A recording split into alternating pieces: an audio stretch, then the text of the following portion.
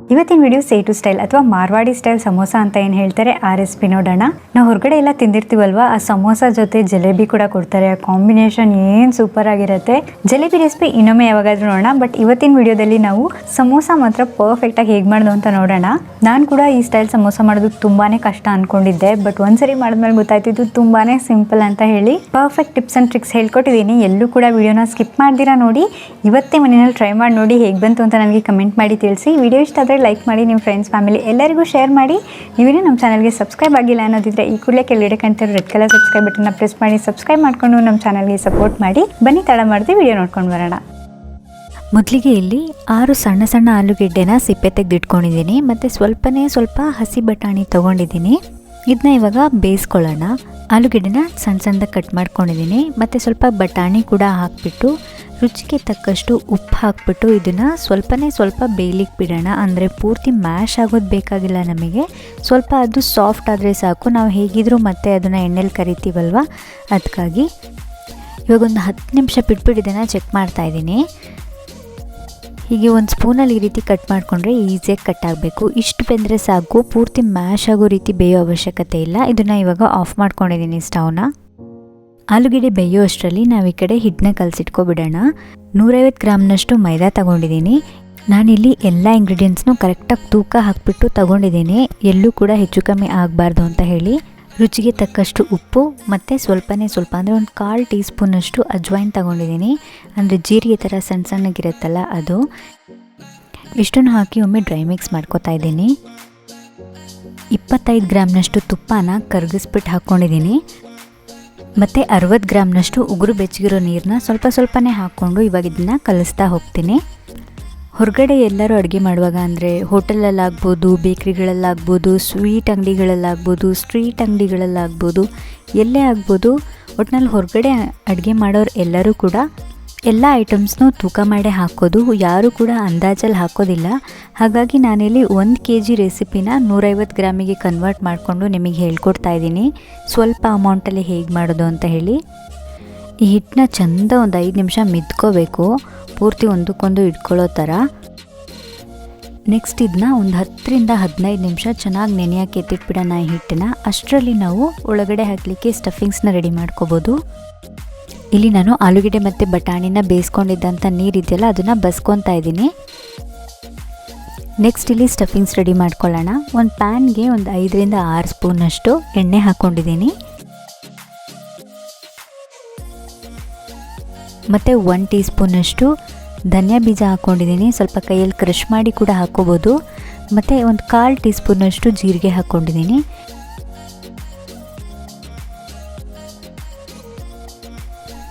ಮತ್ತು ಒಂದು 4ರಿಂದ 5 ಬೆಳ್ಳುಳ್ಳಿ ಹೆಸರನ್ನ ಸಿಪ್ಪೆ ಬಿಡಿಸ್ಬಿಟ್ಟು ಸಣ್ಣದಾಗಿ ಕಟ್ ಮಾಡಿಬಿಟ್ಟು ಹಾಕ್ಕೊಂಡಿದ್ದೀನಿ. ಮತ್ತು 2 ಮೆಣಸಿನ್ಕಾಯಿನ ಸಣ್ಣದಾಗಿ ಕಟ್ ಮಾಡ್ಕೊಂಡು ಹಾಕ್ಕೊಂಡಿದ್ದೀನಿ. ಇದಿಷ್ಟನ್ನು ಸ್ವಲ್ಪ ಚೆಂದ ಫ್ರೈ ಮಾಡ್ಕೋಬೇಕು. ಸಮೋಸಾಗೆ ಹಾಕುವಂಥ ಸ್ಟಫಿಂಗ್ಸ್ನಲ್ಲಿ ಇದೇ ರೀತಿ ಹಾಕ್ಕೋಬೇಕು ಸ್ಟಫಿಂಗ್ಸ್ನ ಅಂತ ಏನಿಲ್ಲ. ನಿಮ್ಗೆ ಇಷ್ಟ ಆಗಿರೋವಂಥ ತರಕಾರಿ ಹಾಕ್ಕೋಬೋದು, ನಿಮ್ಮ ರುಚಿಗೆ ತಕ್ಕಂತೆ ಮಸಾಲೆಗಳನ್ನ ಚೇಂಜ್ ಮಾಡ್ಕೋಬೋದು. ನಾನಿಲ್ಲಿ ಅವ್ರು ಯಾವ ರೀತಿಯಾಗಿ ಮಾಡ್ತಾರೆ ಆ ರೀತಿಯಾಗಿ ತೋರಿಸ್ತಾ ಇದ್ದೀನಿ ಅಷ್ಟೇ. ಸ್ವಲ್ಪ ಅರಿಶಿನ ಪುಡಿ ಮತ್ತು ಒಂದು 1/4 ಟೀ ಸ್ಪೂನಷ್ಟು ಹಚ್ಚ ಖಾರದ ಪುಡಿ ಹಾಕ್ಕೊಂಡಿದ್ದೀನಿ. ಖಾರ ಪುಡಿ ಬೇಕಾದರೆ ನಿಮ್ಮ ರುಚಿಗೆ ತಕ್ಕಂತೆ ಹೆಚ್ಚು ಕಮ್ಮಿ ಮಾಡ್ಕೋಬೋದು. ಮೆಣಸಿನ್ಕಾಯಿ ಕೂಡ ಹಾಕ್ಕೊಂಡಿರೋದ್ರಿಂದ ಸ್ವಲ್ಪ ನೋಡ್ಕೊಂಡು ಹಾಕ್ಕೊಂಡ್ರೆ ಒಳ್ಳೆಯದು. ಅರಿಶಿನ ಪುಡಿ ಮತ್ತು ಖಾರ ಪುಡಿನ ಒಗ್ಗರಣೆಗೆ ಹಾಕ್ಕೊಂಡ್ರೆ ಒಳ್ಳೆಯದು. ಯಾಕಂದರೆ ಅದರಲ್ಲಿ ಸ್ವಲ್ಪ ಹಸಿ ಏನಾದ್ರು ಇದ್ದರೆ ಹೋಗಿಬಿಡತ್ತೆ ಒಗ್ಗರಣೆಯಲ್ಲಿ, ಅದಕ್ಕಾಗಿ. ಮತ್ತು ಖಾರ ಕೂಡ ಒಡೆಯುತ್ತೆ ಖಾರ ಪುಡಿದು, ಅದಕ್ಕಾಗಿ ಒಗ್ಗರಣೆಗೆ ಹಾಕ್ಕೊಂಡ್ರೆ ತುಂಬಾ ಒಳ್ಳೆಯದು. ಆವಾಗಲೇ ಬೇಯಿಸಿಟ್ಕೊಂಡಿರುವಂಥ ಆಲೂಗೆಡ್ಡೆ ಮತ್ತು ಬಟಾಣಿನ ಹಾಕ್ಕೊಂಡು ಚೆನ್ನಾಗಿ ಮಿಕ್ಸ್ ಮಾಡ್ಕೊತಾ ಇದ್ದೀನಿ, ಮಸಾಲೆ ಎಲ್ಲ ಚೆನ್ನಾಗಿ ಹಿಡಿಯೋ ಥರ. ಒಂದು 2-3 ನಿಮಿಷ ಚೆಂದ ಮಿಕ್ಸ್ ಮಾಡ್ಕೊಂಡ ನಂತರ ಒಂದು ಸ್ವಲ್ಪ ಅಂದರೆ ಒಂದು 1/4 ಟೀ ಸ್ಪೂನಷ್ಟು ಧನಿಯಾ ಪುಡಿ ಹಾಕ್ಕೊಂಡಿದ್ದೀನಿ. ಮತ್ತು ಇನ್ನೊಂದು 1/4 ಟೀ ಸ್ಪೂನಷ್ಟು ಗರಂ ಮಸಾಲ ಹಾಕ್ಕೊಂಡು ಮಿಕ್ಸ್ ಮಾಡ್ಕೊತಾ ಇದ್ದೀನಿ. ಧನಿಯಾ ಪುಡಿನ ಸ್ವಲ್ಪ ಹಾಕ್ಕೊಳ್ಳಿ, ಯಾಕಂದರೆ ನಾವು ಧನಿಯಾ ಬೀಜ ಹಾಕಿರೋದ್ರಿಂದ ಮೊದಲೇ ಸ್ವಲ್ಪ ಹಾಕ್ಕೊಂಡ್ರೂ ಕೂಡ ನಡೆಯುತ್ತೆ. ಈ ಸ್ಟಫಿಂಗ್ಸ್ ತುಂಬಾ ಬೇಗ ರೆಡಿಯಾಗಿ ಹೋಗಿಬಿಡುತ್ತೆ, ತುಂಬ ಟೈಮೇನು ಹಿಡಿಯೋದಿಲ್ಲ. ಯಾಕಂದರೆ ಆಲೂಗೆಡ್ಡೆ ಬಟಾಣಿನ ನಾವು ಮೊದಲೇ ಬೇಯಿಸ್ಕೊಂಡಿರೋದ್ರಿಂದ ಜಸ್ಟ್ ಮಸಾಲೆ ಎಲ್ಲ ಹಿಡಿಯೋವರೆಗೂ ಮಿಕ್ಸ್ ಮಾಡ್ಕೋಬೇಕಷ್ಟೆ. ಇದಕ್ಕೆ ಸ್ವಲ್ಪ ರುಚಿಗೆ ತಕ್ಕಷ್ಟು ಉಪ್ಪು ಹಾಕ್ಕೋತಾ ಇದ್ದೀನಿ. ಮತ್ತು ಸ್ವಲ್ಪ ಕಸೂರಿ ಮೇಥಿ ಅಂದರೆ ಕಸ್ತೂರಿ ಮೆಂತ್ಯನ ಪುಡಿ ಮಾಡಿಕೊಂಡು ಅಂದರೆ ಕೈಯಲ್ಲೇ ಕ್ರಷ್ ಮಾಡ್ಕೊಂಡು ಹಾಕ್ಕೊಂಡಿದ್ದೀನಿ. ಇದರಿಂದ ಒಳ್ಳೆ ಪರಿಮಳ ಬರುತ್ತೆ, ಒಂದು ಒಳ್ಳೆ ಫ್ಲೇವರ್ ಸಿಗುತ್ತೆ ಈ ಸ್ಟಫಿಂಗಿಗೆ. ಇದ್ದರೆ ಹಾಕ್ಕೊಳ್ಳಿ, ಇಲ್ಲಾಂದರೆ ಸ್ಕಿಪ್ ಮಾಡ್ಕೋಬೋದು. ಕೊನೆಯಲ್ಲಿ ಒಂದೆರಡು ಕಡ್ಡಿಯಷ್ಟು ಕೊತ್ತಂಬರಿ ಸೊಪ್ಪನ್ನ ಸಣ್ಣ ಸಣ್ಣದಾಗಿ ಕಟ್ ಮಾಡ್ಕೊಂಡು ಹಾಕ್ಕೊಂಡಿದ್ದೀನಿ. ಸ್ಟಫಿಂಗ್ಸಿಗೆ ರೆಡಿಯಾಗಿದೆ. ಬೇಕಿದ್ದರೆ ನೀವು ಇದೇ ರೀತಿ ಫಿಲ್ ಮಾಡ್ಕೋಬೋದು, ಅಥವಾ ಇನ್ನೂ ಸಣ್ಣ ಬೇಕು ಅನ್ನೋದಿದ್ರೆ ಸ್ವಲ್ಪ ಹಾಗೇ ಮ್ಯಾಶ್ ಮಾಡಿಕೊಂಡು ಮಿಕ್ಸ್ ಮಾಡ್ಕೋಬೋದು. ಒಂದು 5ರಿಂದ 10 ನಿಮಿಷದಲ್ಲಿ ಪೂರ್ತಿ ಸ್ಟಫಿಂಗ್ಸ್ ರೆಡಿಯಾಗಿಬಿಡತ್ತೆ. ಅಷ್ಟರಲ್ಲಿ ನಾವು ನೆನೆಗಿಟ್ಟಿದ್ದಂಥ ಹಿಟ್ಟು ಕೂಡ ನೆಂದಿರತ್ತೆ. ಇಲ್ಲಿ ನಾವು ಸಮೋಸಾಗೆ ಮೇಲ್ಗಡೆ ಹಿಟ್ಟನ್ನು ಅಂದರೆ ಶೀಟ್ಸ್, ಸಮೋಸಾ ಶೀಟ್ಸ್ ಬರುತ್ತಲ್ಲ, ಅದನ್ನ ರೆಡಿ ಮಾಡ್ಕೊಳ್ಳೋಣ. ಇವಾಗ ಇದನ್ನ ಮತ್ತೆ ಒಂದು 2-3 ನಿಮಿಷ ಚೆಂದ ನಾದ್ಕೋತಾ ಇದ್ದೀನಿ. ಪೂರ ಹಿಟ್ಟನ್ನ ಈ ರೀತಿಯಾಗಿ ಸಣ್ಣ ಸಣ್ಣ ಉಂಡೆಗಳಾಗಿ ಮಾಡಿಟ್ಕೊತೀನಿ. ಇವಾಗ ಈ ಸಮೋಸಾದು ಮೇನ್ ಪಾರ್ಟ್ ನೋಡ್ಕೊಳ್ಳೋಣ. ಇದನ್ನು ಕರೆಕ್ಟಾಗಿ ನೋಡ್ಕೊಳ್ಳಿ. ಒಂದೇ ಒಂದು ಉಂಡೆನಲ್ಲಿ 2 ಶೀಟ್ಸ್ನ ಮಾಡ್ಬೋದು. ಅದಕ್ಕಾಗಿ ಇದನ್ನು ರೌಂಡಾಗಿ ಹರ್ಕೊಳ್ಳೋ ಹಾಗಿಲ್ಲ, ಉದ್ದುದಕ್ಕೆ ಅಂದರೆ ಓವಲ್ ಶೇಪಲ್ಲಿ ಇದ್ದರೆ ಒಳ್ಳೆಯದು. ನಿಮ್ಮ ಕೈಲಿ ಎಷ್ಟು ತೆಳುಗಾಗುತ್ತೋ ಅಷ್ಟು ತೆಳುಗೆ ಲಟ್ಟಿಸ್ಕೊಳ್ಳಿ. ಇದನ್ನು ಆದಷ್ಟು ತೆಳುಗಿದ್ದಷ್ಟು ತುಂಬಾ ಒಳ್ಳೆಯದು.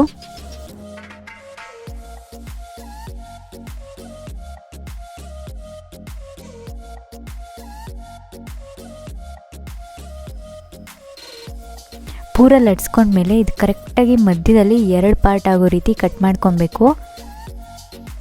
ಇದೊಂದು ಶೀಟಲ್ಲಿ 2 ಸಮೋಸ ಮಾಡ್ಕೊಬೋದು. ಅದಕ್ಕಾಗಿ ಇದರಲ್ಲಿ ಅರ್ಧ ಶೀಟ್ನ ಎತ್ಕೊತಾ ಇದ್ದೀನಿ. ಇದಕ್ಕೆ ಇವಾಗ ಪೂರ್ತಿ ನೀರು ಹಚ್ಕೊತಾ ಇದ್ದೀನಿ. ಫೋಲ್ಡ್ ಮಾಡಿದಾಗ ನೀರು ಹಚ್ಕೊಂಡ್ರೆ ತುಂಬ ನೀಟಾಗಿ ಅಂಟ್ಕೊಳ್ಳುತ್ತೆ. ಆವಾಗ ಒಳಗಡೆ ಹಾಕಿರೋಂಥ ಸ್ಟಫಿಂಗ್ಸ್ ಎಲ್ಲ ಎಣ್ಣೆಗೆಲ್ಲ ಬರೋದಿಲ್ಲ, ಹೊರಗಡೆ ಬರೋದಿಲ್ಲ. ಅದಕ್ಕಾಗಿ ನೀಟಾಗಿ ನೀರು ಹಚ್ಕೊಂಡ್ಬಿಟ್ಟು ಕ್ಲೋಸ್ ಮಾಡಿದರೆ ಕರೆಕ್ಟಾಗಿ ಅಂಟ್ಕೊಳ್ಳುತ್ತದು. ಮಧ್ಯ ನೀರು ಹಾಕ್ತಿದ್ರೂ ನಡೆಯುತ್ತೆ, ಬಟ್ ಸುತ್ತ ಕರೆಕ್ಟಾಗಿ ಕಾರ್ನರ್ಸಲ್ಲಿ ನೀಟಾಗಿ ನೀರು ಹಾಕಿ ಮತ್ತು ಈ ರೀತಿಯಾಗಿ ಬೆರಳನ್ನ ಇಟ್ಕೊಂಡ್ಬಿಟ್ಟು ಫೋಲ್ಡ್ ಮಾಡ್ಕೊತಾ ಇದ್ದೀನಿ. ಒಂದ್ರ ಮೇಲೆ ಒಂದನ್ನ ಹಾಕಿಬಿಟ್ಟು ಅಂಟಿಸ್ಕೋಬೇಕು. ತುಂಬಾ ಗಟ್ಟಿಗೆ ಪ್ರೆಸ್ ಮಾಡಿಬಿಟ್ಟು ಅಂಟಿಸ್ಕೊಂಡ್ರೆ ಒಳ್ಳೆಯದು, ಯಾಕಂದರೆ ಹೊರಗಡೆ ಸ್ಟಫಿಂಗ್ಸ್ ಬರಬಾರ್ದಲ್ವ. ಅದಕ್ಕಾಗಿ ನೀಟಾಗಿ ಅಂಟಿಸ್ಕೋತಾ ಇದ್ದೀನಿ ಪ್ರೆಸ್ ಮಾಡಿಕೊಂಡು. ಮತ್ತು ನಿಧಾನಕ್ಕೆ ಬೆರಳನ್ನ ತೆಗೆದುಬಿಟ್ಟು ಇದಕ್ಕೆ ಸ್ಟಫಿಂಗ್ಸ್ನ ಹಾಕ್ಕೋಬೇಕು. ನಮಗೆ ಎಷ್ಟು ಬೇಕಷ್ಟು ಸ್ಟಫಿಂಗ್ಸ್ ಹಾಕ್ಕೊಂಡು ರೆಡಿ ಮಾಡ್ಕೋಬೇಕು. ಈ ರೀತಿಯಾಗಿ ಕೋನ್ ಶೇಪಲ್ಲಿ ಬರುತ್ತೆ ಅದು, ನಾವು ನೀಟಾಗಿ ಮಾಡಿಕೊಂಡ್ರೆ. ಮೇಲೆ 2 ಸೈಡು ಜಾಯಿನ್ ಮಾಡಿರೋವಂಥ ಪಾರ್ಟ್ ಇರುತ್ತಲ್ಲ, ಅದನ್ನು ನಾವು ಎಳೆದ್ಬಿಟ್ಟು ನೀಟಾಗಿ ಸ್ಟಿಕ್ ಮಾಡಿಕೊಂಡ್ರೆ, ಪೂರ್ತಿ ಪ್ಯಾಕ್ ಮಾಡಿಕೊಂಡ್ರೆ ಸೇಮ್ ಹೊರಗಡೆ ಎಲ್ಲ ಹೇಗೆ ಹಲ್ವಾಯಿ ಸ್ಟೈಲಲ್ಲಿ ಸಮೋಸ ಸಿಗುತ್ತೆ ಅದೇ ರೀತಿ ಕಾಣಿಸುತ್ತೆ. ಅವರು ಕೂಡ ಇದೇ ರೀತಿ ಮಾಡೋದು. ಟೈಟಾಗಿ ಪ್ರೆಸ್ ಮಾಡ್ಕೊಳ್ಳಿ, ಹೊರಗಡೆ ಬರಬಾರ್ದು ಸ್ಟಫಿಂಗ್ಸು ನಾವು ಎಣ್ಣೆಲಿ ಹಾಕಿದಾಗ. ಅದಕ್ಕಾಗಿ ನೀರು ಹಾಕಿರೋದ್ರಿಂದ ಅದು ನೀಟಾಗಿ ಅಂಟ್ಕೊಳ್ಳುತ್ತೆ. ಒಂದು ಸಮೋಸ ಪರ್ಫೆಕ್ಟಾಗಿ ರೆಡಿ ಆಗಿದೆ. ಇದೇ ರೀತಿ ಇನ್ನೊಂದನ್ನ ಯಾವ ರೀತಿಯಾಗಿ ಮಾಡ್ಕೊಳ್ಳೋದು ಅಂತ ನೋಡ್ಕೊಂಡು ಬಿಡೋಣ, ಕರೆಕ್ಟಾಗಿ ಅರ್ಥ ಆಗುತ್ತೆ. ಅದಕ್ಕಾಗಿ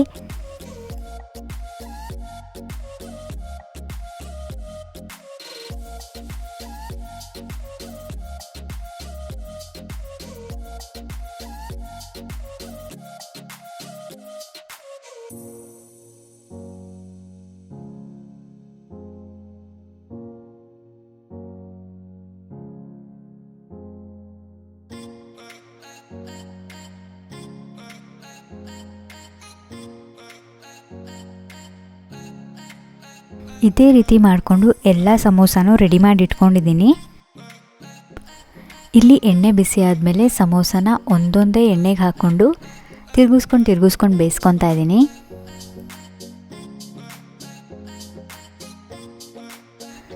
ಸಮೋಸಾನ ನೀವು ಎಣ್ಣೆಗೆ ಹಾಕಿದ ಕೂಡಲೇ ಸೌಟ್ ಹಾಕ್ಬಿಟ್ಟು ತಿರುಗ್ಸೋಕೆ ಹೋಗಬೇಡಿ. ಒಂದು 2-3 ನಿಮಿಷ ಅದು ಒಂದು ಸೈಡ್ ಚೆಂದ ಬೇಯಲಿ, ನಂತರನೇ ನಾವು ಇದನ್ನು ತಿರುಗಿಸ್ಕೊಂಡು ಬೇಯಿಸ್ಕೋಬೋದು. ಸಮೋಸಾನಲ್ಲಿ ಬೇರೆ ಬೇರೆ ರೀತಿಯಾದಂಥ ಸಮೋಸಗಳಿದೆ ಮತ್ತು ಒಂದೊಂದು ಅಂಗಡಿಗಳಲ್ಲಿ ಒಂದೊಂದು ಥರ ಪ್ರೊಸೀಜರ್ ಫಾಲೋ ಮಾಡ್ತಾರೆ. ಅದರಲ್ಲಿ ಒಂದು ರೆಸಿಪಿನ ನಾನಿವತ್ತು ನಿಮಗೆ ಹೇಳ್ಕೊಟ್ಟಿದ್ದೀನಿ. ಪಾನಿಪುರಿಗೆಲ್ಲ ಕಂಪೇರ್ ಮಾಡಿಕೊಂಡ್ರೆ ಇದಂತೂ ಮಾಡಲಿಕ್ಕೆ ಸಖತ್ ಈಸಿ ಇದೆ. ಯಾವಾಗ ಬೇಕಾವಾಗ ಚಟ್ಪಟ್ ಅಂತ ರೆಡಿ ಮಾಡ್ಕೊಬಿಡ್ಬೋದು. ಸೂಪರಾಗಿರುವಂಥ ಸೇಟು ಸ್ಟೈಲ್ ಸಮೋಸ ಏನಿದೆ ರೆಡಿಯಾಗಿದೆ. ಇದನ್ನ ಇವಾಗ ನಾನು ಸರ್ವ್ ಮಾಡ್ಕೊತಾ ಇದ್ದೀನಿ.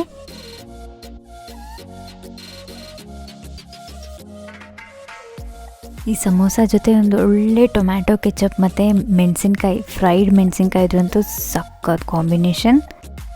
ಟೊಮ್ಯಾಟೊ ಕೆಚಪ್ ಕೂಡ ಮನೆಯಲ್ಲೇ ಈಸಿಯಾಗಿ ಯಾವ ರೀತಿಯಾಗಿ ಮಾಡೋದು ಅಂತ ಆಲ್ರೆಡಿ ನಮ್ಮ ಚಾನಲ್ನಲ್ಲಿ ವಿಡಿಯೋ ಹಾಕಿದ್ದೀನಿ. ನೀವೇನೂ ನೋಡಿಲ್ಲ ಅಂದರೆ ಕೆಳಗಡೆ ಡಿಸ್ಕ್ರಿಪ್ಷನ್ ಬಾಕ್ಸಲ್ಲಿ ಲಿಂಕ್ ಹಾಕಿರ್ತೀನಿ, ಚೆಕ್ ಮಾಡಿ ನೋಡಿ.